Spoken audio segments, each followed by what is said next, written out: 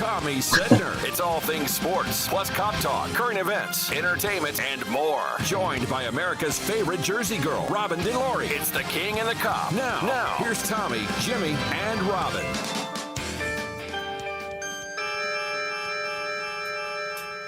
The Whiz Kids had won it, Bobby Thompson had done it, and Yogi read the comics all the while.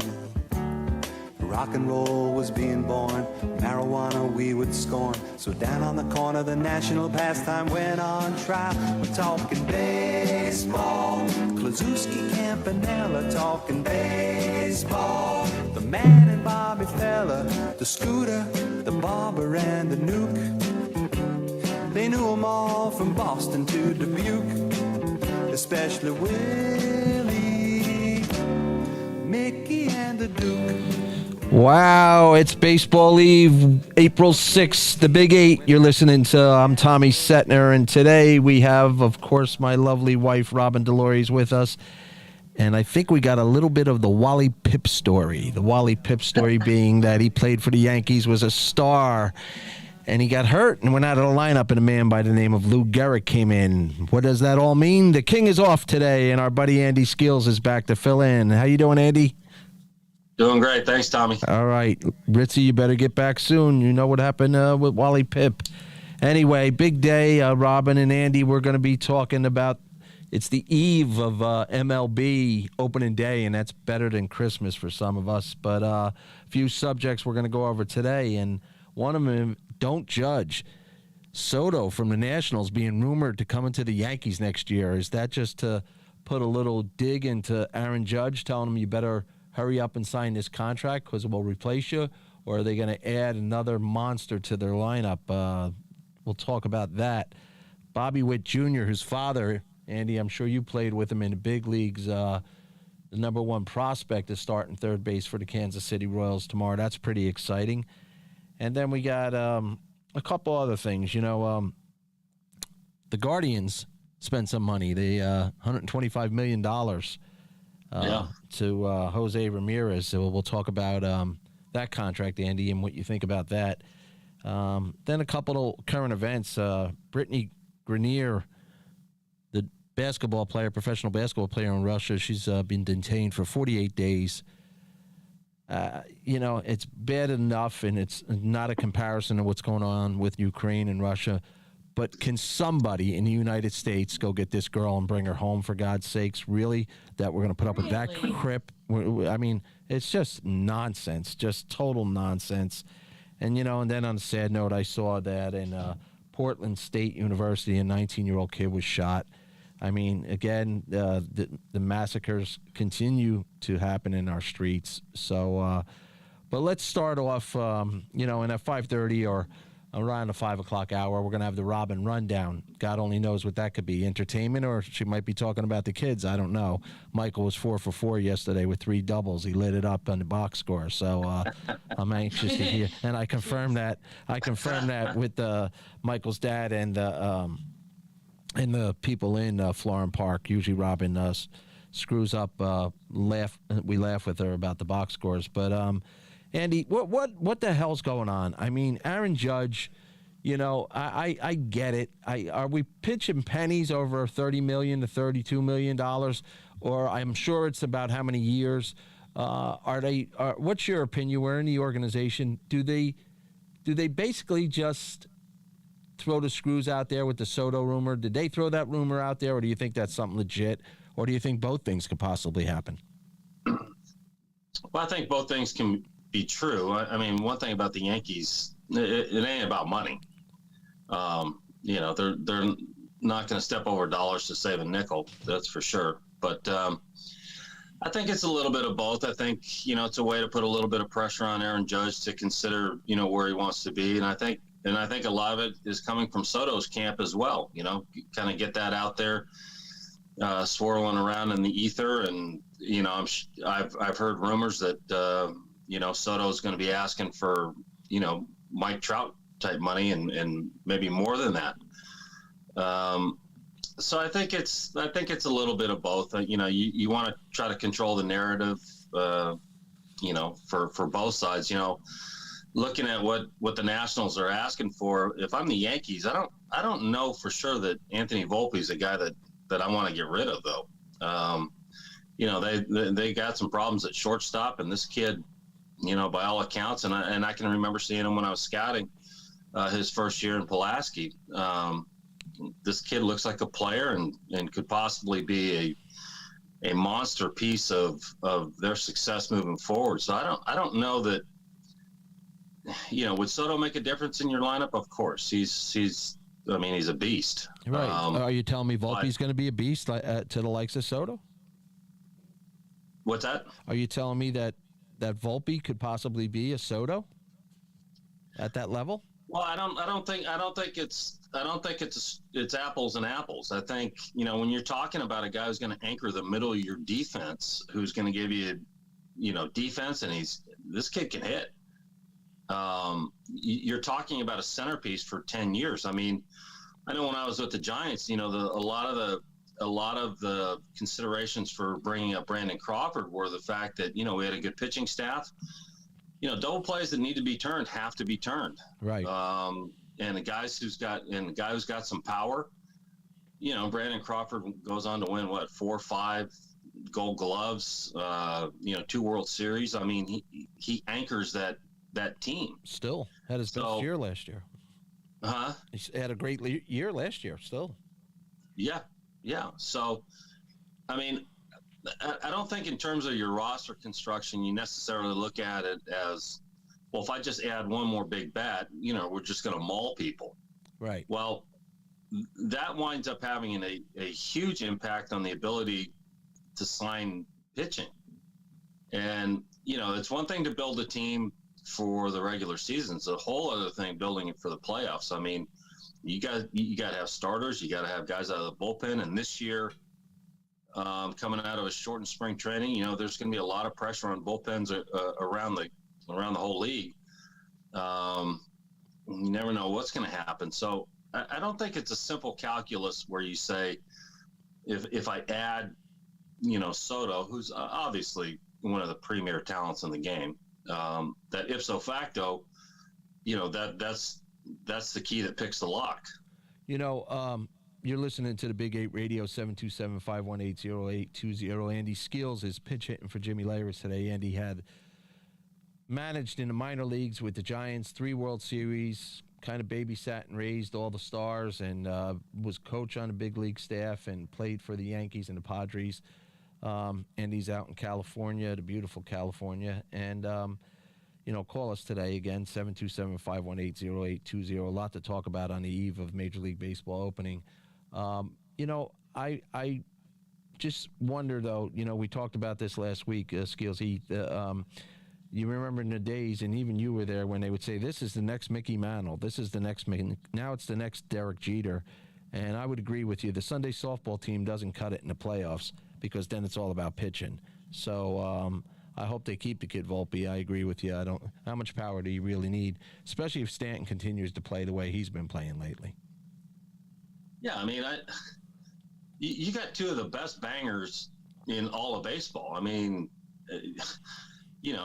are you trying to win games 10-5, or do you have to? If you have to rely on beating people with 12, 13, 14 runs, I don't care how good those guys are. You get down to playing better teams, and that's the thing. When you get into the playoffs, you're facing all the best pitching staffs around baseball. Yeah, Cano, those guys are good at neutralizing power. Right, Cano, you look bored to tears already in the beginning of the show. I said, when it comes down to a game, you're in the 6th inning. You're trying to decide whether or not I got to go to the bullpen for another guy because we can't field a ground ball or we can't turn that double play. I mean, it puts pressure on so many different aspects of your game that if you have that one guy in the middle of the diamond, and for those 3 or 4 years where we had Crawford and Panic, both of them were Gold Glovers. Right. So, fine, go ahead, put the ball in play.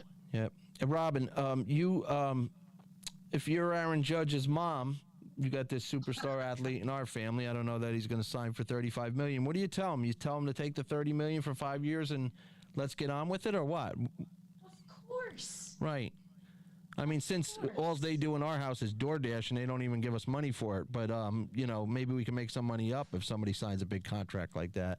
But what do you think, Robin? I'm serious. As a parent, he's got, I want to say his mom was a school teacher, right, Skillsy? He grew up out in California, really blue,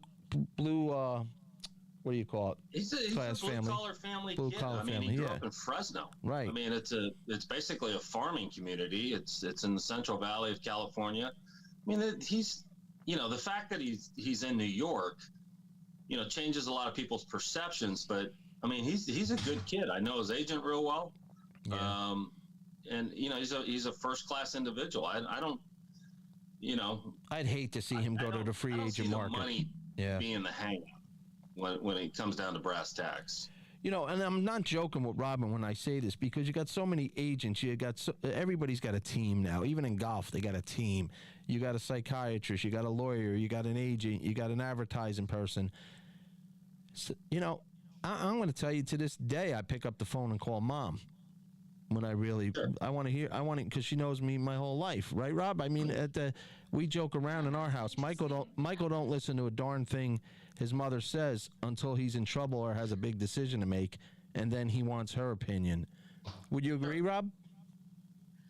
So that's really interesting that you said that, Thomas, because the other part of this is, you're right. You have a whole team. And they're treated like they're superhuman.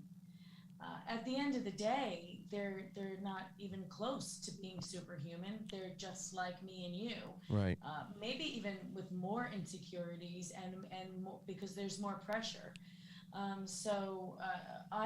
can pretty much guarantee you that if he's a family kid, that he's calling his mom just like you are, but I mean, if I were his mom, you know what I would say. Yeah, good or bad, my mom. Well, here's an interesting sidelight into that. I think if you're a mother, like I said, I know his agent really well, and he's about one of the best human beings you're ever going to meet. I don't think if you're a player of that stature, that relationship had better be good between the agent and the mother. Oh, you're right. So, that agent for sure knows how much weight she carries. And so, mom's going to say, hey, look, I trust this guy. I probably don't know all the ins and outs of the baseball side of the equation, or really good point. Really good. So they've established a relationship over a number of years, and he's guided him to this point. So, unless I'm really wrong, and I think that's happened once. Oh wait, no, I was wrong about that. I was wrong about that too. They have that relationship, and I would imagine that mom says, look, this guy's been great for you the whole time. Trust him. Right? Yeah, that's his business. But Andy, you remember this very well, and it may come down to something like this, and you may have to rip a page out of the Bernie Williams book. Remember, Bernie was in heavy, beat-up negotiations with the Yankees, and he was beloved. And finally, he picked up the phone in the middle of the night one night and called Mr. Steinbrenner himself and said, I want to be a Yankee the rest of my life. I love it. What does it take? What are we going to do? And the next day, he was a New York Yankee. At the end of the day, you still got to get a pair, decide what you want to do, and you got to be the boss of your agent. And the only person that gets a free ride at you is your mom. I get no free rides, by the way. So well, you'll get them as California air. The more he falls down in life, Mr. Philippone, the more you'll be there to pick him up. Trust me. Forbid. Speaking of the Yankees, Andy and Robin, they banged the game already. Opening day's canceled because of rain, because in that horrific New York City, New Jersey area, all it does is rain and snow now. So that's very sad, because I remember as a little kid, you counted this day like it was Christmas, and although it's going to be Friday, it's really not opening day, because tomorrow everybody else opens up, so it steals a little thunder, Andy. And you stood there on opening day, so tell me what your thoughts are when it comes to something like that. You're all jazzed up, and you're there, and you're ready to go, and then all of a sudden the weather comes in and just takes over. Mother Nature. Speaking of mothers. Well, opening day is the greatest thing. I mean, at the end of spring training, everybody's antsy to get going, and you're ready to leave. You're ready to, okay, let's do it. And, all the practice games are over, and it's, you finally arrive in the city, and it's opening day, and it's the greatest thing in the world. And, really all the lyrical and poetic stuff about, about springtime and the hope for renewal. All that stuff's true. I mean, that's embedded so deeply in baseball, but players, coaches, and fans alike, it's great. Opening day is the best. I can tell you, when I got traded to the Yankees, in those days, you could drive up from spring training to your city. So me and JT Snow drove up to Albany, our AA club. And so that day we go to the stadium, and it's snowing. I mean, it's like 23 degrees. Right. And so I walk into the clubhouse, and I'm thinking, okay, I'll just check the board to see what time we're supposed to be here tomorrow. And I walk in, and people are getting dressed. I'm like, what in the world are we doing? And one of the old time coaches, he's like, son, you're with the Yankees now, and we play on opening day. I'm That's like, right. okay. The show must go on. Hey, we're going to be going to played, and it was freezing cold. We're going to be going to break in about a minute, but when we come back, Andy and Robin, what I want to talk about is the fathers who've played the games, and now they're watching their sons play. And Bobby Witt Jr. is going to start third base for the Kansas City Royals tomorrow. And I know you met a lot of these kids when they were young, and our listeners want to hear about those experiences, from the Bonds to the Griffeys, and they just continue to roll out. So give us a call after the break, 727-518-0820. You're listening to the Big 8 Sports Talk Florida. I'm Tommy Setner. We got special co-hosts filling in for the King, Andy Skeels, and, of course, Robin DeLaurie. We'll catch you after the break.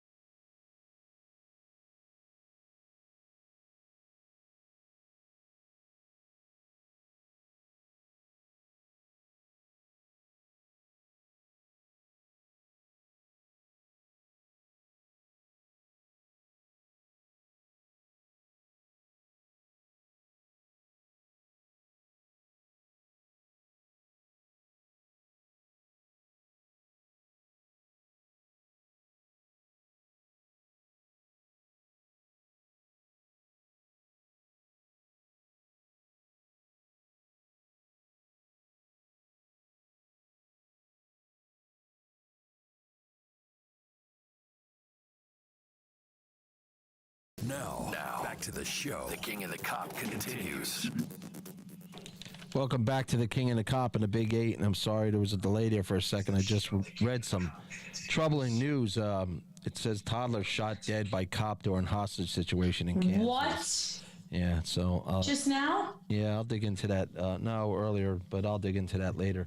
Hey, on the way back to MLB, because I want to keep it positive about our opening day tomorrow, Andy. You know, Bobby Witt played in the big leagues for 16 years, and there's a lot of kids that are playing in the big leagues and following their fathers. Our dear friend Hall of Famer Tim Raines' son played with him on the same team for a little bit, and I remember Timmy telling us was one of the greatest moments of his life, how all of a sudden he looks over at his father in the Orioles dugout and says, "What are you doing here in uniform?" You know, he said, "Well, I was traded. We're both starting in the outfield today." I get goosebumps when I still think about that story, that Rock was able to hang around and play with Little Rock. But, you know, what do you think about Bobby Witt Jr.? I mean, I'm sure you saw him, and you saw him as a teenager, and now he's, I think he's 19 years old or so, or maybe a little older, but he's starting on opening day tomorrow for Kansas City. Yeah, I think it's great. I mean, I think any father's dream is to, you know, if they're, especially if they're baseball guys, opportunity to see their son, you know, fulfill their dream. I saw him a little bit in spring training. You know, he looked like everything he was advertised to be, you know, and I think, you know, it'll be as big a moment as it'll be for him. It'll be bigger for his dad, I believe. You know, I was about to say that's got to be like winning the lottery. Yeah. I mean, if you're a dad that's an athlete, or a mother that's an athlete, I'm not saying it like that, but I think we've all been kind of conditioned to, unfortunately, and the climate is changing, and I'm really happy about that, because I never quite understood why women athletes don't get paid as much as male athletes, and I get it, sponsorships, television networks, I get it, but I don't get it at the same time. So, but with that being said, a dad who has a son in the big leagues, the NFL, I mean, that has to be like I think about Mr. Manning, Mr. and Mrs. Manning, and watching his kids. All of them. Well, Archie got hurt, but he had a great career up until then. Cooper, honey. Cooper got hurt. Cooper got hurt. Cooper's son is Archie, and he's the. You're thinking of him because you're watching all the recruitment with Michael. To the kids. Yeah. So go ahead. You're right. Anyway, I feel like that has to be the most surreal moment. I even said it on a personal community level, on a really smaller level, in nobody knows where my town is in New Jersey. You know, it's not a big town. But with that being said, I actually said to my son last night, I can't believe how lucky we have been. There are parents that go to these games that never see their kids get in one play, and they keep support, and it's wonderful. You know, they support their children because that's what we do. We support our children. But when I have gone to my son's games, I not only get to watch them play, I get to watch them kick butt. And that is such a gift. Like it's kind of hard to explain. And I'm not trying to be braggy. I'm trying to say I feel lucky. Is that braggy? No, it's you're justified. You're justified. Yeah, it's. I mean, I always think about the Mannings, and they're just an incredible family, and the greatest may be coming. You know, as far as Cooper's son Archie, who's being recruited. I don't know if he's made up his mind yet, but we'll see. What Skillsy? What do you think about the Guardians paying a $125 million extension to, Jose Ramirez? What do you think? Do you think he's worth it? It's probably worth double that. I think Cleveland or the Indians, whatever, whoever they are now, Guardians. I think it's actually sad, right? It's so sad. I mean, it's just. I think he's been a great player for for a number of years now. I think they got him on the cheap. Looks like the way the extension's done, it gives him some security. It gives them a little bit of cost control. I think it was important for Cleveland because of how many people they've let go. You got to show your fans that you're behind him a little bit. And he's certainly a guy you can build a franchise around. He's got power, he's got speed. He's legit. He's the whole package. And I think based on a lot of the numbers you've seen thrown out and some of the contracts you've seen, they got a bargain. And on his end, that no trade clause is a huge factor, because especially maybe he gets down towards the end of his contract, he might start telling himself, hey, I want an opportunity to go someplace where we can win and win right now. Right. So that gives him the flexibility to be able to name where he wants to go maybe later on in that deal. And certainly, Cleveland wouldn't have any problem, getting rid of him for somebody or a good return of, prospects or whatever else. So I think it's a good deal for both. I think it's good for the game. I think it's good for the fans at Cleveland, because like I said, I don't want to keep paying prices to go watch a team that keeps dismantling everything they've got. Especially he's a homegrown kid. I agree with you. And Indians had a good run there in the late 90s also, and people they were filling that house up there. So you got to wonder, are they going to, with this extension, are they going to build around him, or what's your thoughts? I don't know. I spent a lot of time scouting in Cleveland, actually. They're great fans. It's a great baseball city, beautiful stadium.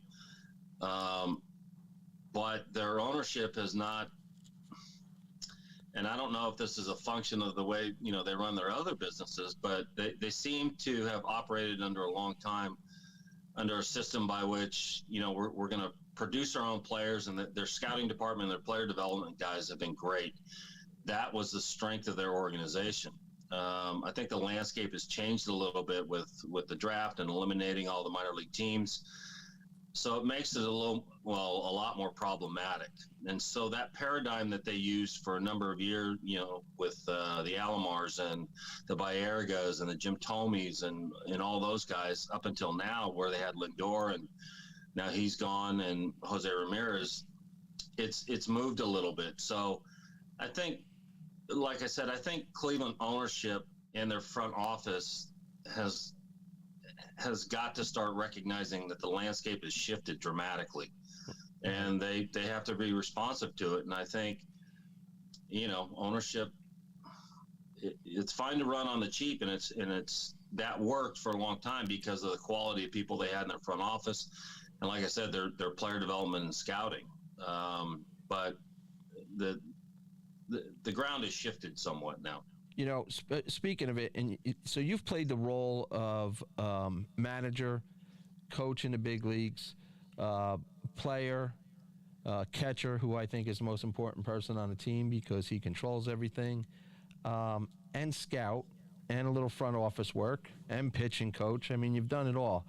What was your favorite, especially when you were dealing with the younger guys, like we're talking about the Bobby Witt Jr.'s and the Posey, who you had young, and probably going into the Hall of Fame. Gardner and Crawford. And right. I think. So what was your favorite?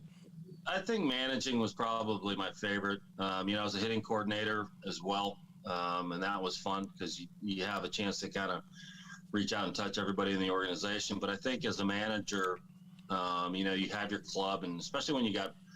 I was lucky. I had a ton of talent, and credit really goes to our front office and our scouting department.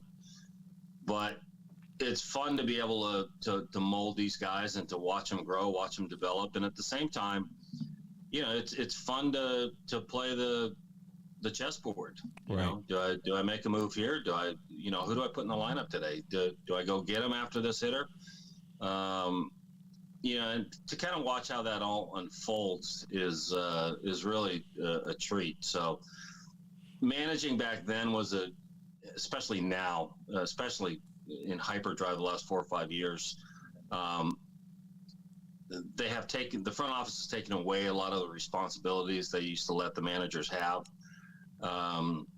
Back when I did it, I was very, very lucky to be, supported and given a little freer reign to do things that I thought were necessary and things that I thought made sense.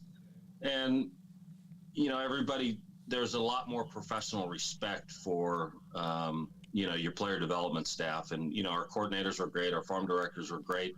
And they were all former players and they were all former managers. Right. Nowadays, you don't have those guys. You got guys who are 28, 30 years old running their farm director. They never played, coached, managed. They don't know what you do. Yeah, I know. And so the tendency and the instinct is to, well, I'm going to do it myself. I'm going to tell them exactly what to do. And you tie their hands. You're listening to Big 8 Radio. Call us at 727-518-0820. Andy Skeels pitch hitting for Jimmy Leyritz, the King, today. And he's had a wealth of experience, obviously, as you listen to him, at every level. Hang with us, Cano, and jump in at any time. But, Andy, what am I going to say? I know anything about being a manager of a minor league baseball team? Well, you manage the house. I know even anything about baseball. You manage, what am I going to say? You'll just jump in whenever you want. I can't even get the stats right of infield error. One thing I will say, Robin. Yeah. You can manage a household. That's no different than running a team. Oh, that's sweet. Well, I mean, you've got a lot more responsibility, and you got to keep things, moving together at the right time. And when you got to discipline somebody, there's a time for that, and there's a time to put your arm around somebody and tell them you love them. And but don't you think, for instance, yesterday I should have known? My son's 18 years old, so when do you start t-ball at 5? So I've been watching a lot of baseball games for a long time. My oldest one is 18, my youngest one is 15. Shouldn't I know what a balk is by now? Yeah, you're damn right you should. So yeah. So I have this stand by. I always say to Tommy, I'm proud to say that I know what I know and I don't know what I don't know. And it took me a while to stop talking about things I didn't know, because I was like, that's stupid. And so, I have really nothing to interject except to say I was listening to every word that you said. And, as anything, the tide changes and everything changes. And now with computers and technology, every discipline is changed, and it's changed the game or the discipline or anything. And that's kind of got to stink, because in our generation, yours and mine, it was such a drastic revolution where, it went from being so simple to so much more complex. And we know at the end of the day, it still should be simple. Yeah. It should have always stayed simple. We're going to break, and we're going to break. Technology offers up a lot of things that are problematic, but I think there's an author named Malcolm Gladwell. He wrote a book called Blink, and I highly recommend it. But one of the things he talks about in there is we've gotten overwhelmed by so much data that we have knowledge, but we don't have understanding. Interesting. Yeah. And I think that applies to I don't care what profession it is. Yeah, we've got tons more analytics. We've got tons more data. We've got, we have access to any kind of knowledge that we want. But at the end of the day, you still have to be able to synthesize all that and use it productively. Right. We're going to break in about a minute. And, Andy, when we come back, we're going to stay with baseball, and then we'll change it up a little bit. But, I want to talk to you and Robin about Chris Sale going down again. Another blow for not only the Red Sox but Major League Baseball, because he was a dominant pitcher at one point. And I'd like to hear from our callers, our listeners, 727-518-0820. One of our fans just texted me and said, a good friend of ours actually just said, you balked when you knocked the caffeine bottle down. Sorry, I wanted to drink that too. Well, okay. Get another bottle. We got a couple cases. Caffeina being our major sponsor, our water, but we'll talk about my favorite flavor. Our favorite flavor. Black cherry.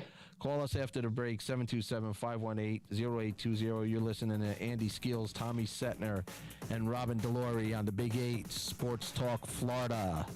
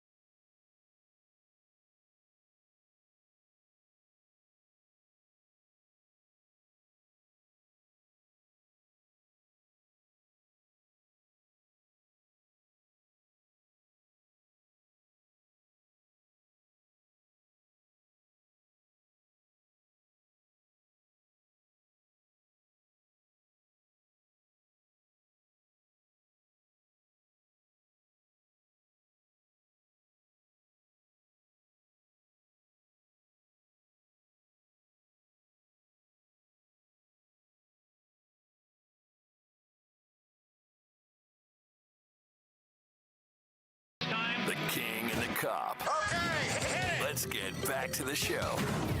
What are they talking about? Welcome back. We're talking a lot today. We're talking Baseball Eve, and it's April 6th, and you're on the Big 8 and 727-518-0820. Andy Skills is pitch hitting for the King, Jimmy Leyritz, today. Andy, before we close out baseball, maybe we'll talk about it as we close out for the day. Chris Sale's down again. You know, it's bad enough that we lose Jacob deGrom as a baseball fan. It doesn't necessarily mean you're a Red Sox fan, because I'm not, or you're a Met fan, because I'm not. But you don't want to see these guys out of the game. Well, Sales, I mean, when he's healthy, he's pretty tough to handle, and you know, he had a stretch where, frankly, when first time I saw him, I was like, how does anybody get a hit off this guy? He was just, it was ridiculous. But you know, you start getting older, and those injuries start piling up, and you know, it's harder to come back from them, and you know, you favor one thing, and that creates problems someplace else. So, you know, the Red Sox, looking at the rotation, they certainly are going to miss him. And like I alluded to earlier, coming out of a shortened spring training, you know, with pretty much everyone's bullpen situations in flux, that's going to put an enormous amount of pressure on them early in the season. And, you know, if you limp out of the gates early, I think this year especially, it's going to be tough to make up ground at the back end of the year. So it's a blow. I mean, he's fun to watch pitch. I mean, he's got arms and legs moving in 9 different directions. You know, you're not sure if he's going to throw the ball into the third deck and hit a hot dog vendor, or throw a, you know, nasty slider on the black. So, I mean, it's going to be a blow for them. I mean, if you're a Yankee fan, it's great for you, but I think the game will miss him for sure. Same thing with deGrom. I know, it's tough. Hey, listen, I'm going to correct myself a little bit. And the incident I talked about, and I'm going to do a little cop version here. And, you know, if I knew this story before I came on, I would have had somebody on come to talk about it. But I'm texting a dear friend of mine about it. And the incident happened in Kansas, in Missouri, on March 26th. And, of course, it was a domestic violence. So I reached out to former chief and police director and one of my dear friends, Anthony Ambrose, in Newark. And he's aware of it. And, you know, these situations, these domestic violence, you never know. But it was a hostage situation where the father is holding the mother and the child.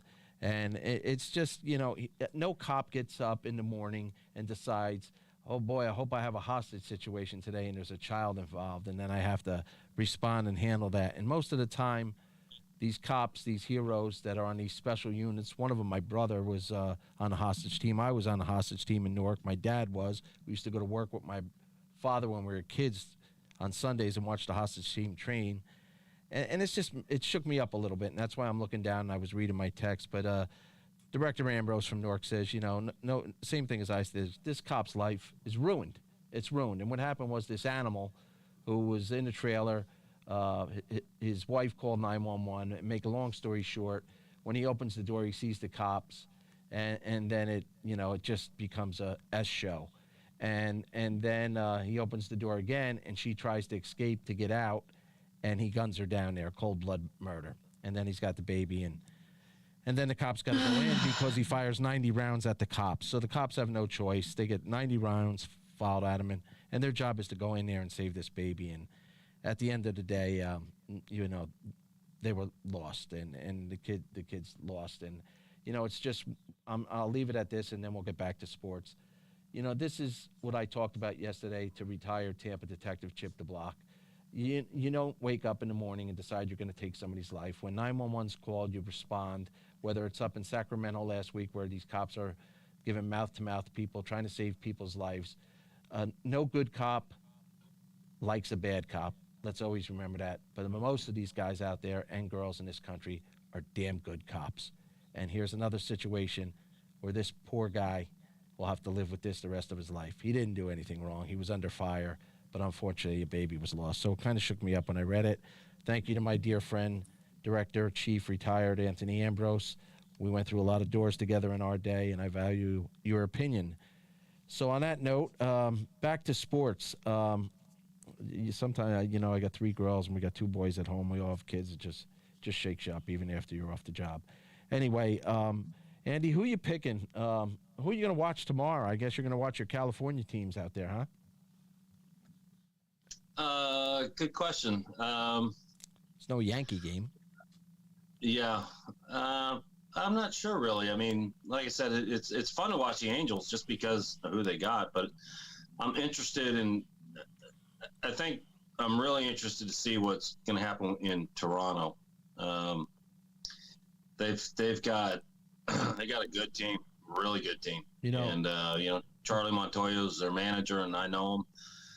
Good guy, solid, squared away baseball guy, and he's been given some weapons, and so I'm curious to see how they go. Jimmy and I went out, and you'll find this funny. We went out to a game. We went out to Dunedin and watched the Blue Jays at home play the Yankees, and ran into your old friend who I had the pleasure of playing golf with, the both of you, Bam Bam Mullins, now one of the hitting coaches of the Yankees. And he was saying how impressive Toronto looked, and they're going to be a real threat. And, and Jimmy and I were sitting there, and it's the same old worry with Toronto. And as you mentioned earlier, they got a softball team, no doubt about that. They're going to score a lot of runs, but do they have the pitching? They went out and signed Kevin Gausman, and I know internally they hailed that as a huge win.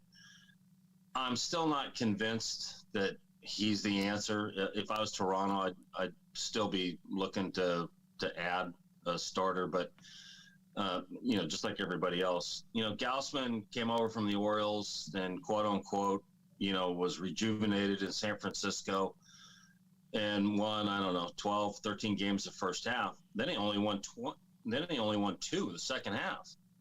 So he regressed back to, who he I think he really is. So I think he's a solid number 3 for somebody. I'm not convinced he's a number 1, a guy that you can anchor your rotation around, but I don't know. We'll see. And obviously Bam Bam, who I know very well and spent a lot of time working with in San Francisco.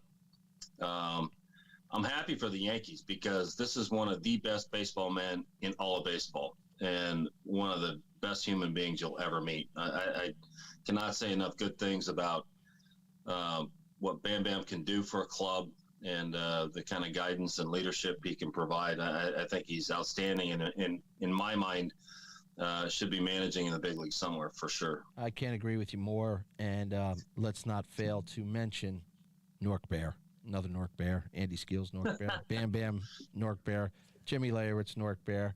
Got quite the alumni, don't we? I mean, and we got a couple of guys. It's an amazing roster. Yeah, a couple of guys still coaching in the big leagues and from the Nork Bears. And thank you, Frank Bolton, for the Atlantic League. We'll hopefully going to get Frank on when the Atlantic League starts their season.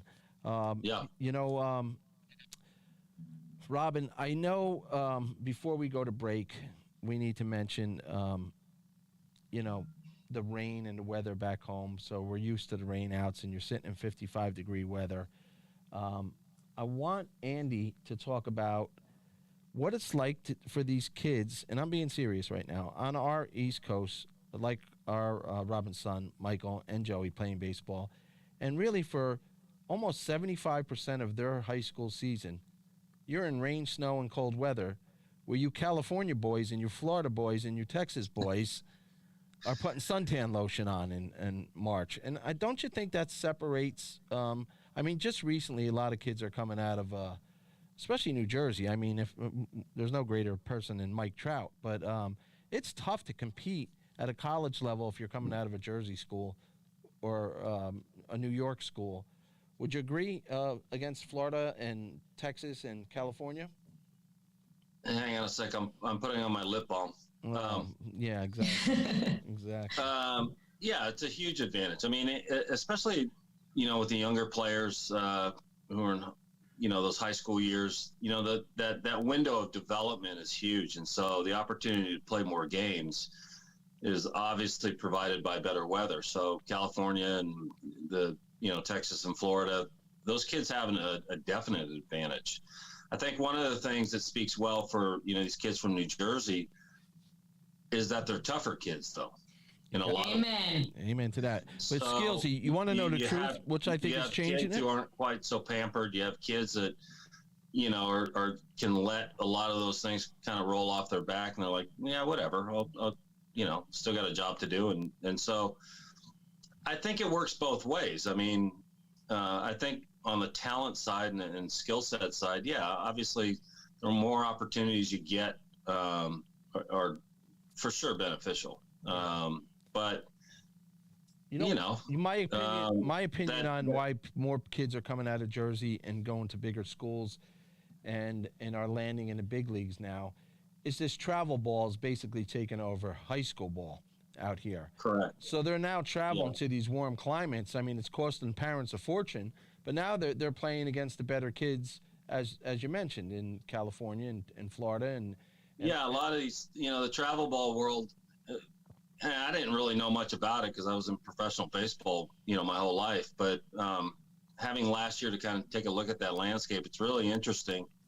But the travel ball, like you said, it allows for a lot of those kids to, fine, we'll go play a tournament in Florida, we'll go play a tournament in Nashville, we'll go play a tournament in Texas, and then we'll go out to Arizona and California. So you have an opportunity to sort of judge yourself a lot better and find out really kind of who's out there in terms of amateur talent. So I'm not convinced that it's the very best way to go, simply because you run into the problem of if the only kids who can play are kids who have wealthy parents to support this. Right. So I think there has to be a way, and whether it's a grant from Major League Baseball or communities deciding that, it's worthwhile to get these kids up in the programs. I mean, these travel ball programs are great because it allows the kids to play a lot, but at the same time, if it's only reserved for the kids who can afford it, So expensive. that's no good either. Right. All right, listen, we got a caller on the Big 8 here. We're live. Our friend JC is calling in. JC, how you doing, buddy? I'm doing good. We just left the track at Oldsmar up in Oldsmar, Tampa Bay Downs. Yep. Don't you think kids, Jimmy, should play a lot of sports instead of just focusing on one? Because it makes you well-rounded. Jimmy's off today, but we've got Andy Skills pitch hitting for him. Andy, what do you think? That's a good question. We have our Robin's sons play 3 sports. They still play basketball and football and baseball. Do you think it's better, or do you think these kids should play one sport all year round? I like when you play all 3 sports, though. I think it depends on the kid, and I think it depends on their physical development at the time. I think playing all 3 sports when you're younger is beneficial because it creates a lot of different coordination factors that will help you later. I think the truth of the matter is, though, if you're going to be quote unquote an expert or somebody who might be a Division I guy or potentially a pro guy, you need reps, and you need them when you're young. And so you might, it's the old 10,000 hour rule.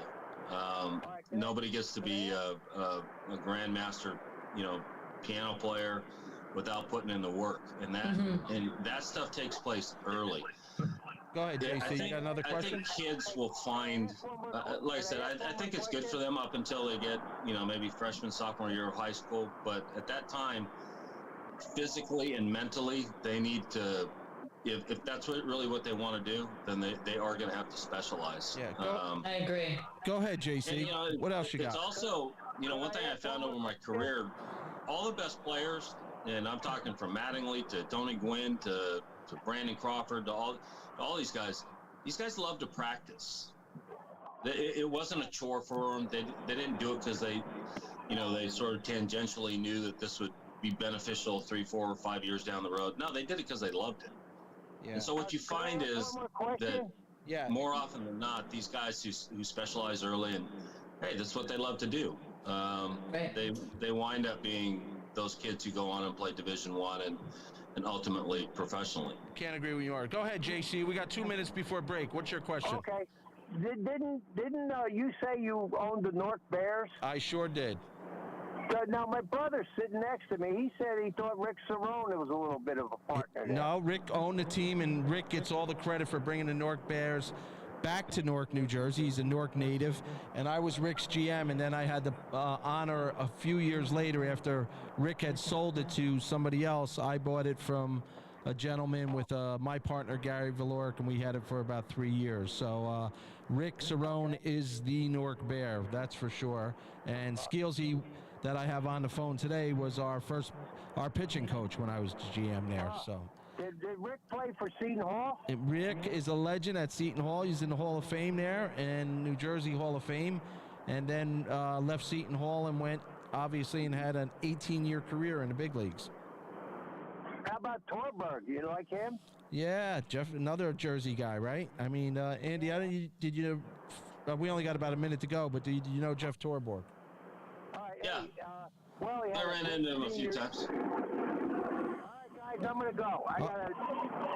All right, JC, thanks for calling in. We got a little bit of a bad connection with JC, but he's a good man. JC from Kearney. JC from Kearney, who lives out in Florida, just left the track. When we come back, we'll hit a couple of things. You know, one of the things, Andy and Robin, it doesn't matter if you're familiar with sports. Did LeBron James just quit on the Lakers? Because the Lakers, Andy, you're out in California. They're not the real Lakers this year. They quit, man. They just quit. That's my opinion. Call 727-518-0820. You're on the Big 8. And by the way, hey, Brooklyn, will you the real Brooklyn Nets stand up? We'll talk about that, too. Tommy Setner, Andy Skeels, and Robin Delory after the break.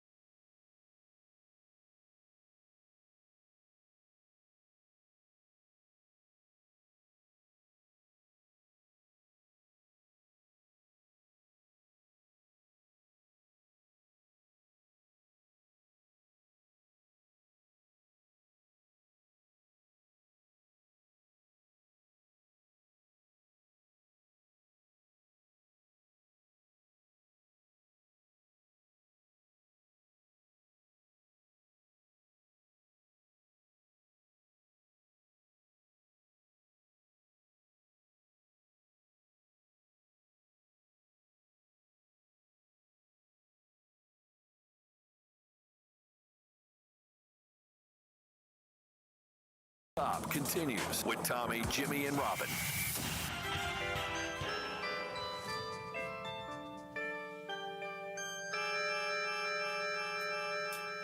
The Whiz Kids had won it, Bobby Thompson had done it, and Yogi read the comics all the while.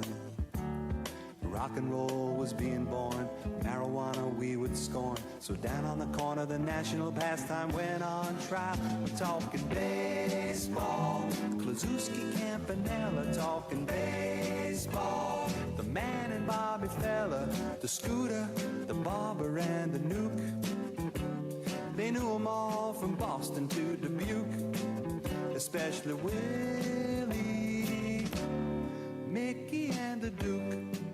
Welcome back to the King and the Cop. It's April 6th, 5 o'clock hour. You're listening to the Big 8, 8:20 a.m. I don't know where my two co-hosts went, but I'm on my own right now. But we discussed in the 4 o'clock hour, rumors that Soto from the Nationals might be looking to come to the Yankees. We're hoping that Judge signs his contract.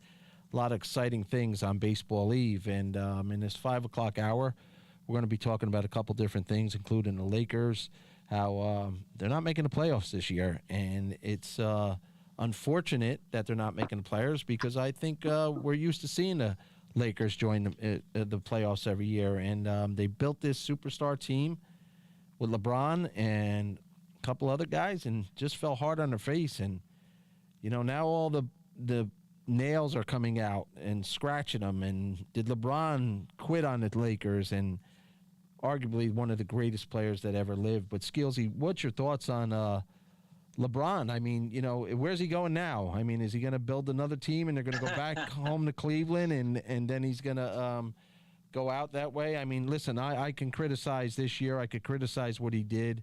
I could jump on the bandwagon. A lot of people. I think he does tremendous, and I think he does God's work off the court. He's a tremendous influencer. He has a lot to say, but that's okay. But as far as the court this year, I don't feel like the Lakers gave us their all, and you're a California guy. I've never asked you, who's your favorite NBA team? Is the Lakers your team, or? Well, yeah, I mean, I was a California guy. I grew up with the Lakers. LeBron's a thorny subject for me. I think certainly in LA, and certainly with as much as he talks about it, I think this year ends all the discussion about whether or not he's the greatest of all time. I don't see how he can possibly make that claim anymore. And I do think he quit. I think he quit. I think the Lakers quit. I think it became convenient for him to say, well, fine, if I'm going to do my thing, but nobody else is going to, support me, then why should I bother? Well, you're supposed to be the guy who lifts all boats, and that didn't happen. No matter what, right? I mean, Shaq did it. Shaq went to Miami. He got them a championship. Other players have went in other places, and like you said, lifted all boats. Where did he go? And is he? And I'm not saying he's not hurt. Of course he's hurt, but hurt that you couldn't go on the court and just take your medicine. Well, you reference, guys like Shaq or Jordan or, it didn't matter who they had around them. They were going to haul you all the way to the finish line. Right.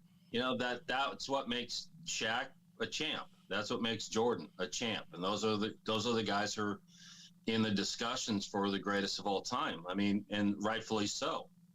Yeah. But I think he became a prisoner of his own image. I think he became a prisoner to his, in my mind, misguided evangelism for everything but, what it should have been on. Just play basketball. Yeah, maybe all that stuff can wait until business. either you're done playing or, and it's nice to have a footprint and sort of get out there. But the only place that plays that, a lot of the stuff is in California. But I think around the game, and I think with a lot of other players, like, you know what, just save it. Just, do your thing. We'll try to keep up as best we can. But you're the guy who's supposed to be the lead sled dog. God rest his soul, a major loss, Kobe Bryant. But damn it, he took his medicine when they weren't the top team. He stayed out there. He stayed out there through injury. you didn't see him quit on his team ever. But No. Another. I don't know. Kobe was he tasted it, and Shaq obviously was a big reason for the Lakers being the Lakers again. But like you said, even when they weren't winning, Kobe's like, well, forget it. You're going to get everything the best out of me that I can give. And if it's not enough, then it's not enough. But I ain't going down without a fight. Right. And speaking of not going down without a fight, I mean, and although this is an individual sport, you can criticize this guy for a lot of things he's done off the course, and that's Tiger Woods. But my man's won a major with a broken leg, and now he had a horrific car accident. I was in a horrific car accident back in much younger than what Tiger is now. Had a lot of the same injuries, and I was never right. I can't imagine, and he is outright going to play this Masters tournament this weekend. And when asked the question, can you win? You got to love it. Yes, I can win.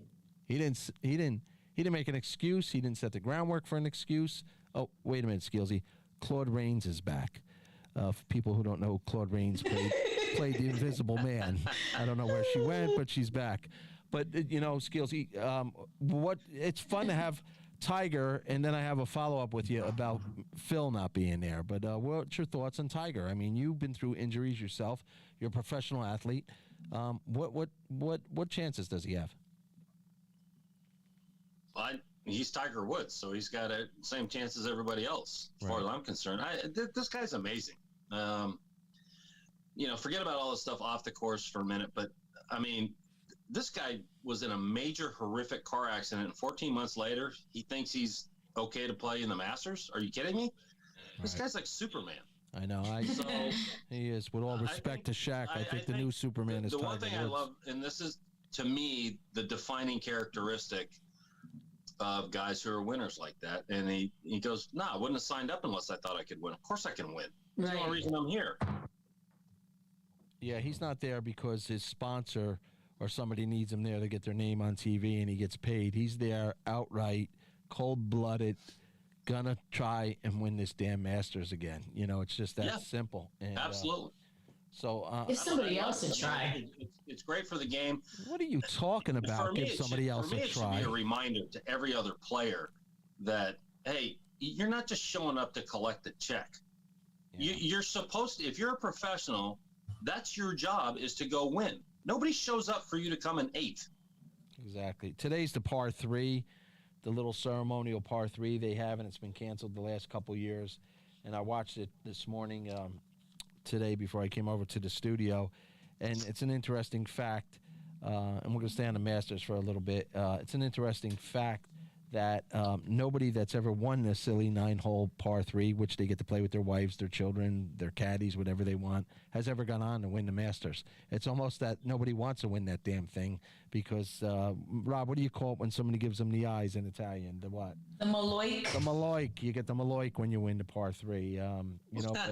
But they showed a great clip, and one of the greatest clips I think there ever was, and it was Gary Player was playing with Jack Nicklaus and their grandchildren, and Jack had his grandson, and you probably remember this, Andy, and Jack's grandson gets a hole-in-one, and Jack Nicklaus said it was the greatest moment of his golf life. Can you imagine that? And I can feel that way. My little Maxwell Thomas. If I'm on the course with my Maxwell someday and it's him outperforming everybody and gets a hole-in-one, I don't care if it's at the Masters par 3 or in our local Trump International backyard or wherever we're going to be playing, me and him. That's pretty cool that his grandson got a hole-in-one, and he said it was the greatest moment of his life. Well, not for nothing though, TC. If I'm there when he gets that hole-in-one, I will validate it. Okay, Cano, listen. Andy Skills has never got over that I got a hole-in-one with him playing, and we were playing in Canyon Woods Golf Course, and it was fog and cloudy. You're lucky you could see your hand in front of your face. He told me what club to use. I hit it. I didn't walk up to the green and look in the hole. He did, and there was the hole-in-one. So you got to live with that. And, the sad part is they closed that course because every year I would get a flag and send it to him on the anniversary, December 7th, by the way. But They closed that course out of embarrassment, I think. unbelievable. You know, I called them once because they would put the pictures up on the website of all the people that made a hole in one, and they took it down. I was a little upset. I was on there with my arm around you proudly. But They took it down because you wanted 3 pictures of yourself up there. absolutely. Hey, but listen, then last night, another thing, a tradition like no other, they have the Champions Dinner, which has got to be awful cool. It started in 1952. And only if you have a green jacket or won a green jacket are you allowed to attend this dinner, and nobody misses it. And the champion from the year before picks the menu. So there's always joking and kidding around about what foods are going to be on there and what they're picking. And pronounce it for me, Andy. Hideki Matsuyama. No, Murakawa. No, who won last year? That's the sad part. Nobody's picking him this year. Hideki. Jeez, I'm embarrassed. We're both embarrassed. But he picked the menu, and in a tribute to his Japanese heritage, he picked a lot of Japanese food, which I also ate last night over here in Ybor City. But I wasn't at the Champions Dinner, unfortunately. Pretty cool tradition, right? I think it's a great tradition. I mean, the Masters is certainly all about tradition. Augusta, Georgia, where I spent a lot of time. I mean, it's a great time there, and the course is stunning. If you've never been there, you should make it a point of at least attending once. You'll be stunned at how big it is and how hilly it is. Yeah, I was invited this year, and I'm just, as you know, on a DL with this back, or I would have went. Hey, Matt. Well, we might have to put a trip together next year then. 100%. Matt, find Yes, out sir? how I pronounce the last name of last year's Masters champion that I'm mutilating and it's disrespect. Hideki Matsuyama is how I understand it. Matsuyama, you're correct. Matsuyama. So, how about Skillsy? Why is nobody picking him to defend?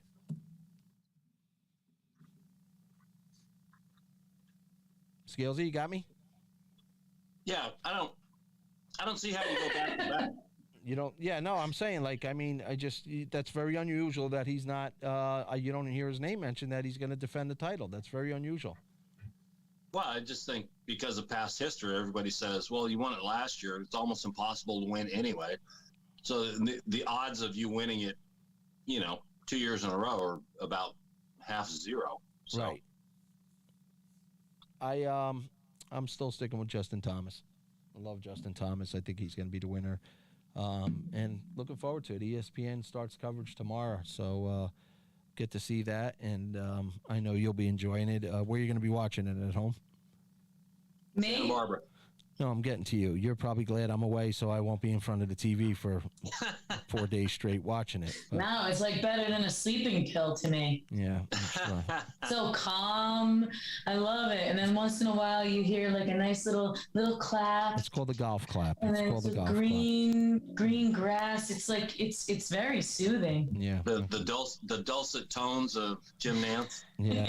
Hello, friends. You're listening to Big 8 Radio, 727-518-0820. Andy Skills is in today, pinch hitting for the King, Jimmy Leyritz, and Robin Delory. Listen, I have a question. One of you are a major entertainer, and the other one's a professional ball player. Did you ever have any superstitions? You first, Andy, before you went out on the field opening day. Any superstitions, or you don't believe in that? No, I was never really a superstitious guy. I think I enjoyed watching everybody else's. Right. The guys would do this or they wouldn't do that, and I just kind of look at them and go, "What are you, nuts?" But whatever it works. It's I don't know. It was never my thing. So I just kind of whatever day it happened to be, I just kind of rolled with it. What about you, Delory? Before you walked out onto the garden in front of 18,000 people, did you pray? My Did you thing with concentrate on not performing, falling down, or I what? don't get nervous. Can you hear me? Yeah. I was just asking you a question. I said, I definitely get nervous. There's like an adrenaline. But my whole thing with that is, you know what you know, when you know it, and you're prepared because you've practiced all of your life. So when you actually have to come out onto center stage, and it's showtime, there's nothing you're going to say or do to make your performance any better, because it is what it is. The only thing that I've ever done is I've always just told myself before I went out on stage, if it was a big show, I would say, well, it's a curse word, but it's called, I say F it in my mind. And I literally, right before I go out, I do like exercises with my lips, and just to make sure that my muscles in my face were loose, and obviously had warmed up before that, my vocal cords. And then I would say F it. But when I would tell the kids that I would teach, I would say screw it instead of F it, because it's inappropriate. But the point is that right before you walk on and the lights go on, it's it. Just do it. You just do it. And I think that's a good lesson, because the more you think about it, and then you get in your head. So don't think about it and just do it. So, and that's what I've done. Okay. All of my life. So just made sure I was wearing matching socks. That's it. I was gonna, and I'm gonna get to that. But so let me ask you this, Robin. So I also see you say a little prayer before you went out there. So what comes first, the effort and then the prayer? So you ask for forgiveness, or? I don't know that I pray. I don't know that I've ever prayed. I mean, I actually, if I do anything, I pray after the performance, and thank God for the gifts that I have. But I don't think that I have ever asked him beforehand, because I think that comes down to you being prepared, personally. It was a joke. It was a joke. Oh. 40 seconds to break, and then when we come back, I think Skillsy, I don't know if you have a seatbelt on your chair, but buckle up. We do a little bit once in a while, a couple days a week. We do the Robin rundown, and she never lets the King and I know what the subjects are. So be prepared. You're listening to the Big 8, 727-518-0820. Sports Talk Florida. Andy Skills, Tommy Setner, and the great Robin DeLory will get you after the break.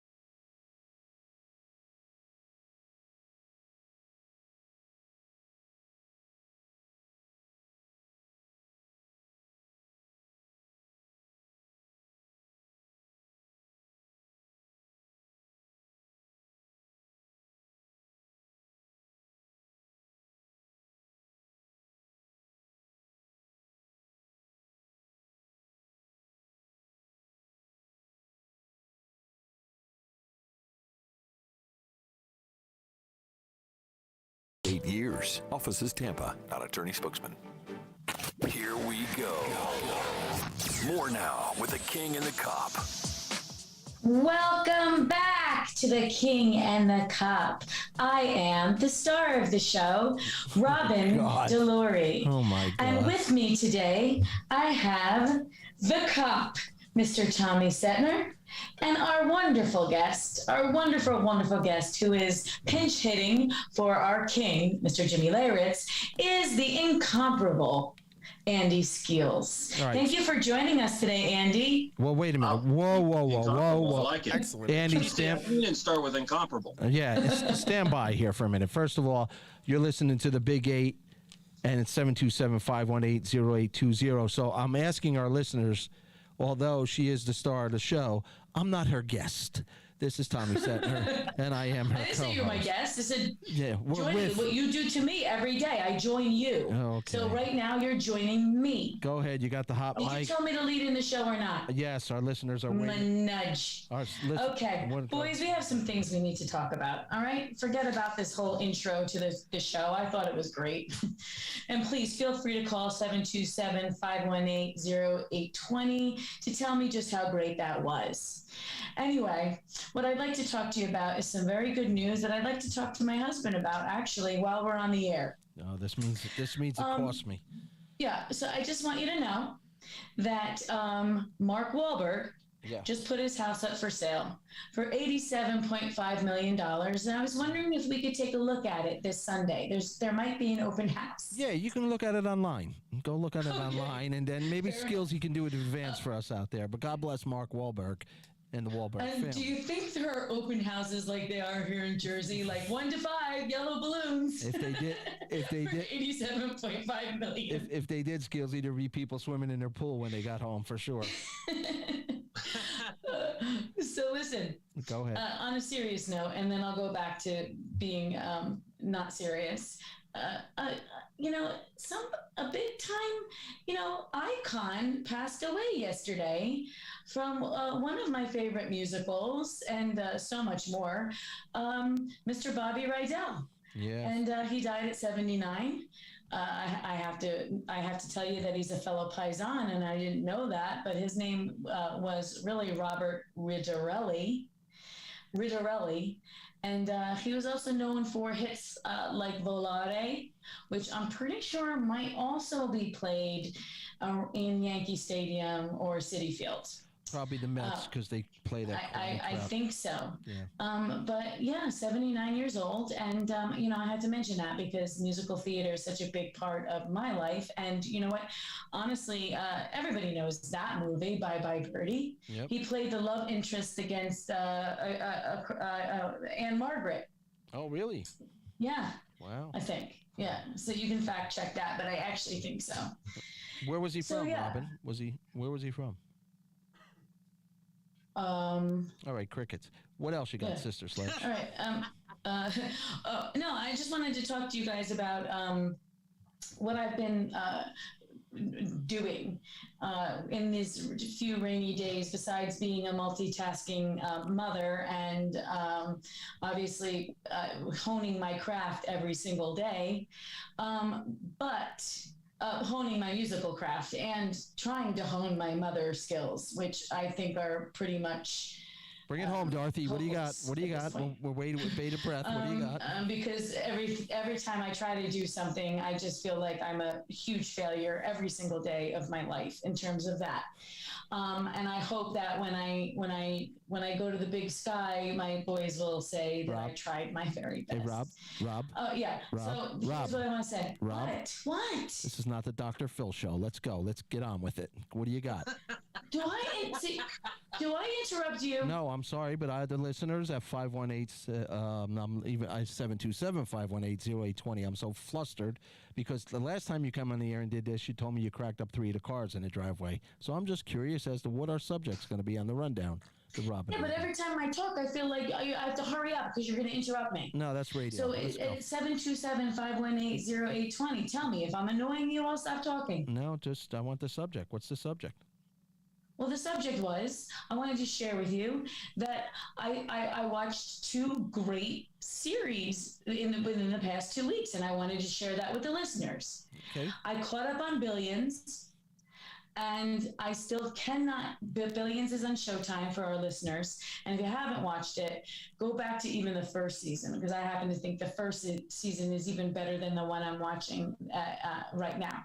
But I still cannot believe that this is loosely based on actual, real New York City money. Like, I can't wrap my arms around this type of money where it's like he has so much money that he will never be in jeopardy of never having it. Like, he owns the entire world with this kind of money, and I can't believe that actually happens. And I am to understand that it actually does happen, that this money is actually out there. Andy, do you watch Billions? Negative. All right, so I will comment, and the closest thing I could say is that it's loosely based on Steve Cohen, owner of the Mets. But to answer your question, Robin, yeah, these things do happen. We had the great Michael Bloomberg, who became the mayor and is worth arguably $10 to $12 billion. So, and as we know, Bill Gates and Amazon's founder and blah, blah, blah. But I'm just saying, it's hard, like, as a normal person to understand, so these stories are crazy and, blah, blah, blah, blah, blah, blah, but whatever. So then I want to move on to the other series that I have been watching. And for any of those listeners out there that have liked Downton Abbey, have you ever seen Downton Abbey? No. Okay. I'm ready to just fall asleep right on my It's called The Gilded Age, and it's also on Showtime. What do you say? Nothing. Go ahead. What did you say? I said I'm falling asleep at my microphone. That's something I'm not interested in watching. Well, okay. Well, all right, fine. But it was worth it. And then, of course, Bridgerton. Okay. I got to ask you a question, though. Now, I got to ask you a question. You had a good run there. Here we go. Well, you had a good run. Why I was gone, and that you're a host of a radio show, although for sports, that we carry entertainment and current events, did you maybe watch any sports other than the high school baseball game to polish up? Wait, I just want to know, why do I have to polish up the sports part? Like, I just don't get it. I will spend decades of my life trying to catch up to you, and I never will. No, that's because one, you're older than me. Two, you've played these ugly. sports. Now you're getting ugly. Now you're going to get cut. Deserved it, but I'm bumped. Matt, cut her mic off. Cut her mic off. So I'm just saying, like, I will share with the listeners what I know, and you share it with the listeners what you know. All right, I'm going to stick with your subject, and I'm going to ask you both a question. Both of you, if you had a big performance, Robin, and I'm going to let our guests go first. I guess I'm a guest, too. I'm your guest. Today you are. Yeah, but did you guys read a motivational book or watch a motivational movie or something before opening day, or a big game or a big performance? What say you, Mr. Skeels? Motivational. Even religious, no, something that excites. You'd have certain guys come into spring training, but in a lot of ways, it's like, from the movie The Natural. A guy'd come in and start talking, and players start dropping off, and I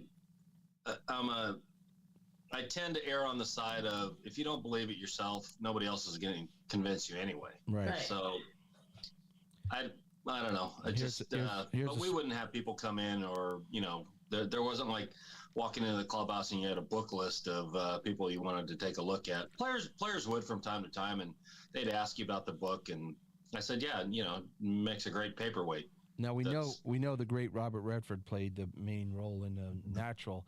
Here's a trivia question: who was the third base coach? Coach Wilson. No. This guy. It was Tony Ferrara. You're damn right, it was Tony Ferrara, and boy, did he talk about it, because he convinced us at one point that he was dating Kim Basinger in the movie. Tony, his story is so funny, he said. But what about you, Robin? You've ever, is there something you read or? Pretty sure you just hijacked my entertainment news segment. But no, what I have done in the past as an artist, the best way I can be motivated is by listening to other artists. Period. End of story. And the more you think that you have nailed your craft, the more work you actually need, which means I will never believe that I have mastered any of it, because there's always more things to learn. That's it. No, all right, good. So I have a question for Robin. So the Downton Abbey ripoff, I'll throw it back to you. What's the dramatic interest in that that piece of art for you? Well, first of all, I'd like to thank you for asking me a question. I think it was very thoughtful of you to bring back what I had brought up earlier in today's segment. So I'd like to start by saying thank you, Andy. The second thing... Wait, Rob, one second, because you own this. Andy, and I would like to thank you. And as my father would say to me, you see me fighting a bear, help the bear. Go ahead, Robin. Holy mackerel. 727-518-0820. The Big Eight, Robin Delory, Andy Skills, and Tommy Center. Go ahead, Robbie. I love period pieces. I love them. I love the work that goes into having the costume designers make it look as authentic as possible. I love, this happens to be the story of old New York. So there's like this building on East 61st, and it shows how the elite people lived in this time period. And it was crazy. So do you go through the film or the show and say that's a Chippendale desk? That shouldn't be in that era. No, I never do that. I because I keep my attention if the show, and to be honest with you, Downton Abbey felt much more authentic to me than this one feels. The Gilded Age feels not as good, to be honest with you, but I'm still really enjoying it, if that makes any sense. It feels like I'm watching it in like HD, which kind of is counterproductive to what we're supposed to feel like. We're on horse and buggy, so that's a dichotomy that I tried to get over within the first few episodes. But the grandeur and the ballrooms and the way that everyone got dressed up and for tea in the parlor, and it was a beautiful time. Bustles on their dresses and just this extravagant, it's just beautiful. Everything about it is beautiful. Pretty much, don't if you put dare, anybody in Andy. tuxedos and stick them in a ballroom, you'll watch it. Yeah. No, because the thing that's ironic, or not ironic, that's not the word, but the themes are all the same. You know how we talked about baseball before, and there's more data and there's more technology and all of that, but the theme's still the same, right? The game is still the same because you have 9 innings. If you don't go into overtime. Wow, overtime? Really? Yeah, I said that on purpose. Extra innings. Jump in here. Jump in. Let me lighten things up. Let me lighten things up with and be funny. And it's not funny, I guess, but it's this. I got to read this quote and then back to you, Robin. But just to keep our audience listeners realizing they're listening to Sports Talk Radio today. With entertainment.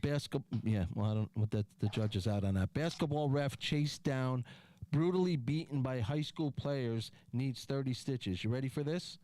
The mayhem was captured on video Sunday in the Love of the Game event at Stronghold Christian Church. I guess they weren't acting very Christian. They beat up the referee. Go ahead, Robin. Now we're going to talk about hypocritical people that practice religion, because we'll be here all day, and that's a completely different show. And we're going to break in 2 minutes, but we're on the Big Eight in 727-518-0820. Andy Skills.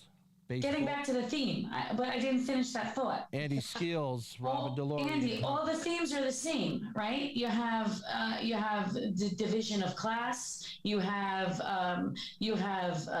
adultery. You have cheating. You have money laundering. You have all these same themes that you see in all these drama series. It's all the same. So that's good drama.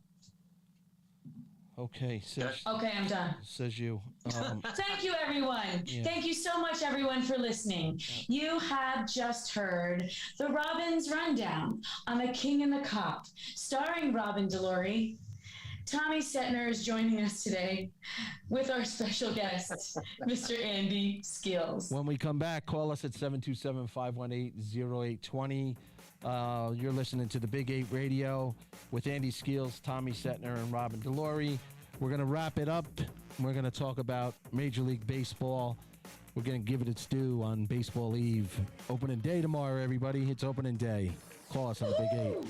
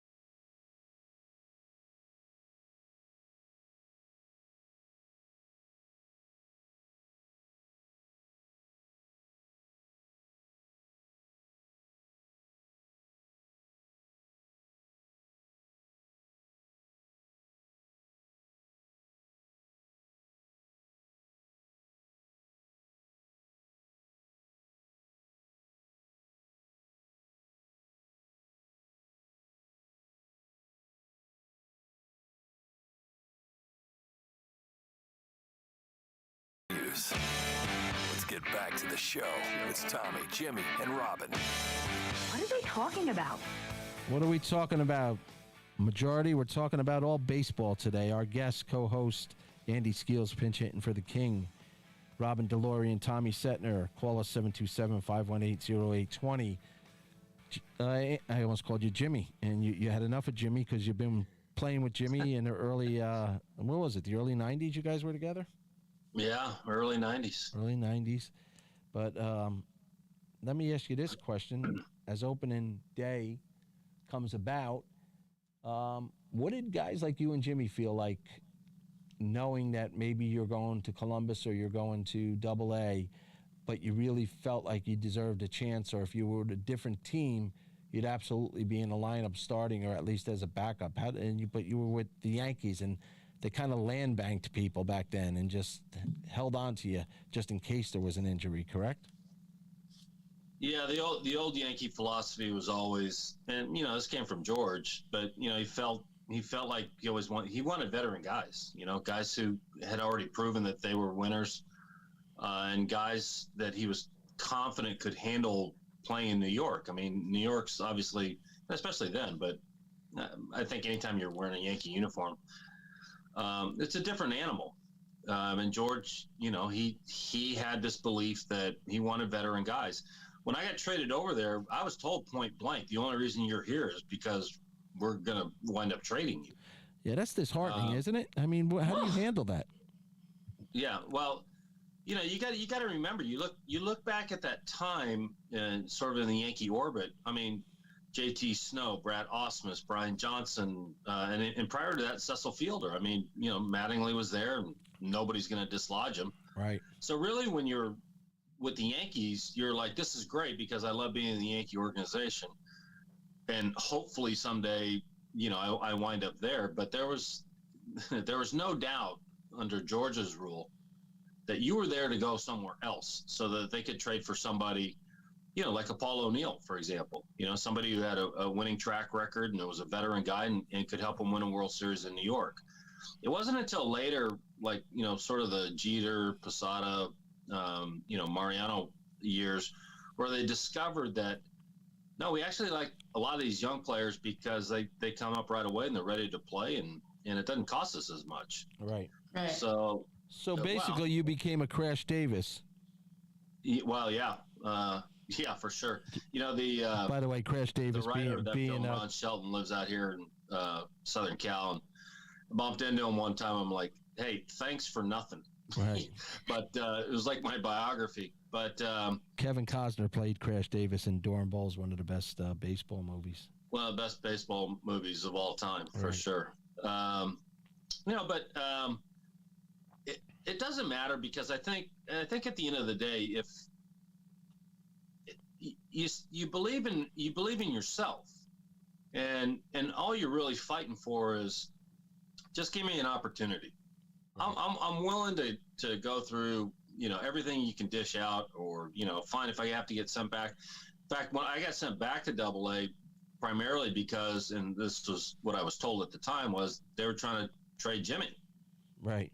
And he didn't get traded coming out of spring training, so I got bumped back. I wound up back in AAA that year, but that was, everybody sort of knew what you were in for. So it wasn't a real big shock, but you also had an awareness that you weren't just playing for them. There's 29, or at that time 27 other teams looking. So yeah. And at that time, the Yankees had a really strong reputation for a really, really strong minor league system. So, every other team was looking to poach somebody. Speaking of Dorn Bulls, great movie. A lot of different superstitious things in that movie, Matt. And one of them was, I remember, what was his name? The pitcher, the actor. Come on, Andy, help me. Tim Robbins? Tim Robbins. Yes, Tim Robbins. Tim Robbins would wear women's underwear when he pitched, because that's when he was doing his best. In our household, Robin's son Michael doesn't wear women's underwear. Don't hold me to that, never. But he wears his father's T-shirt that he wore when he played for his high school in Delaware University. And I guess Mike's a little bigger than his dad, so it looks like it's my grandson's T-shirt on him, but it's like 30 years old and he still wears it. And he goes into a complete frenzy. Correct, Robin? If that shirt is not available for him to play, it's almost like he can't take the field. It's warped. I had to take it to the tailor to try to. You couldn't even really put it on. It's all like the fibers are all like gone. So yeah. So I don't know. So I'm sure there's a lot of that going on. There's a lot of players like that. I mean, guys who got their favorite socks, guys who whatever, but right. There's a lot of that. especially when you're going good. The old saying, you don't want to break that bat, and you don't want to. You're wearing the same socks, and I've seen it. I mean, I seen it in our clubhouse in the Newark Bears, where all of a sudden the club, he lost somebody's stuff, and it was like they wanted to call their mommy and cry. I will. I have to say, I have to share a story, and I won't mention his name. We had a pitcher on our team at the Newark Bears, was the #1 draft pick. We got a couple $1 million signing bonus. For whatever reason, hurt his arm for a few years, couldn't get back, so he came to the Newark Bears in the Atlantic League, where, if you did well, you got a second chance, no doubt about it. Andy, you know that. And I get a call one day, and my secretary says, there's a Mrs. So-and-so on the phone, and she needs to talk to you. And I said, okay, why? She said, hi, I'm Mrs. So-and-so. I don't want to say his name. I'll never embarrass him. And my son's one of your pitchers, and the reason he's going through his slump is because he doesn't have his pillow. Can I please send his pillow to you, and will you give it to him, because he'd be embarrassed? Can you do it privately? So my little Brett at the time was 4, and she had what they called a sleepy duck. So she would take that sleepy duck. It was a little thing all over, and God forbid she was somewhere and sleepy duck wasn't with her. I'd have to drive to Disney World to get it. It didn't matter. She had to have sleepy duck. So the pillow came. I went down to him. It was his day to pitch, and he was not doing well. And I punched him in the chest with it, and I said, Mommy sent Sleepy Duck. I hope you'll pitch better tonight. If not, you'll be playing for somebody else real soon. And how'd he do? He was playing for somebody else. It wasn't Sleepy Duck. It wasn't Sleepy Duck. So, but it's just, it's amazing at that level. A little bit of a millionaire, got money young, and felt bad for him. But as the Timmy Raines and Ron Karkovice and Mike Torres would tell me, it had nothing to do with his arm. It was all inside that little heart. And, and he didn't have the heart. And Skillsy, that. You'll see that tomorrow. There's some guys that just spit the bit because they don't have the heart. No matter how high on the chart they're programmed to be the next great, sometimes they're missing the biggest thing in the world, and that's heart. I say from one of my favorite musicals, Damn Yankees. It's about baseball. You gotta have heart. You're gonna say all you really need is heart. When the odds are saying you'll never win, that's when the Grinch should start. You've got to have hope. Mustn't sit around and mope. Nothing's half as bad as it may appear. So wait till next year and hope. When your luck is batting 0. All right. Get your chin up off the floor. So now we're a music show. Although I can listen to you sing all day long. On a serious note, Robin, in our home state again, and I just seen this come across the news ticker. And Andy, I know California was very strict. Governor Murphy and his wife both come down with COVID, and I think one of them had already had it, so it might be the second time, and they're vaccinated and they're boosted, and I'm going to mention this subject for more reasons than one. And he's a friend, and he's a good man, and they're a great family as far as I'm concerned. Politics aside, doesn't matter. Everybody does not need to agree. They're a good family. But he's saying, take this serious again. This virus is not gone. It's not over. And, that scares the bejesus out of me because everybody's getting so lackadaisical again, and we have to. We have to get back to what we used to. But I'm thinking this is going to creep into MLB again. I really do. I think it's going to affect teams. I think you're going to see guys go on the DL as a result of it. I feel, and this part is political, and it goes for Republicans and Democrats. I think the information is being withheld from us. Yesterday, I read that there's not real-time information or real-time data with the CDC, and I think that's sad. And here's a governor who I know takes a really heavy-hearted all the people we lost, and he's standing there and saying, "Can you please take this serious again?" Do you think about it now? I mean, what's California doing? Because they were just as strict as New York and New Jersey. I mean, we got crushed here. We lost a lot of friends. What's California's new rules, or are they lax in their rules now? What are you seeing? Well, California was, it's definitely a political question, and I think your answers in a lot of cases depends on where you sort of fall on that line. But California was super, super strict. You have a governor who's running for president, probably in the next cycle.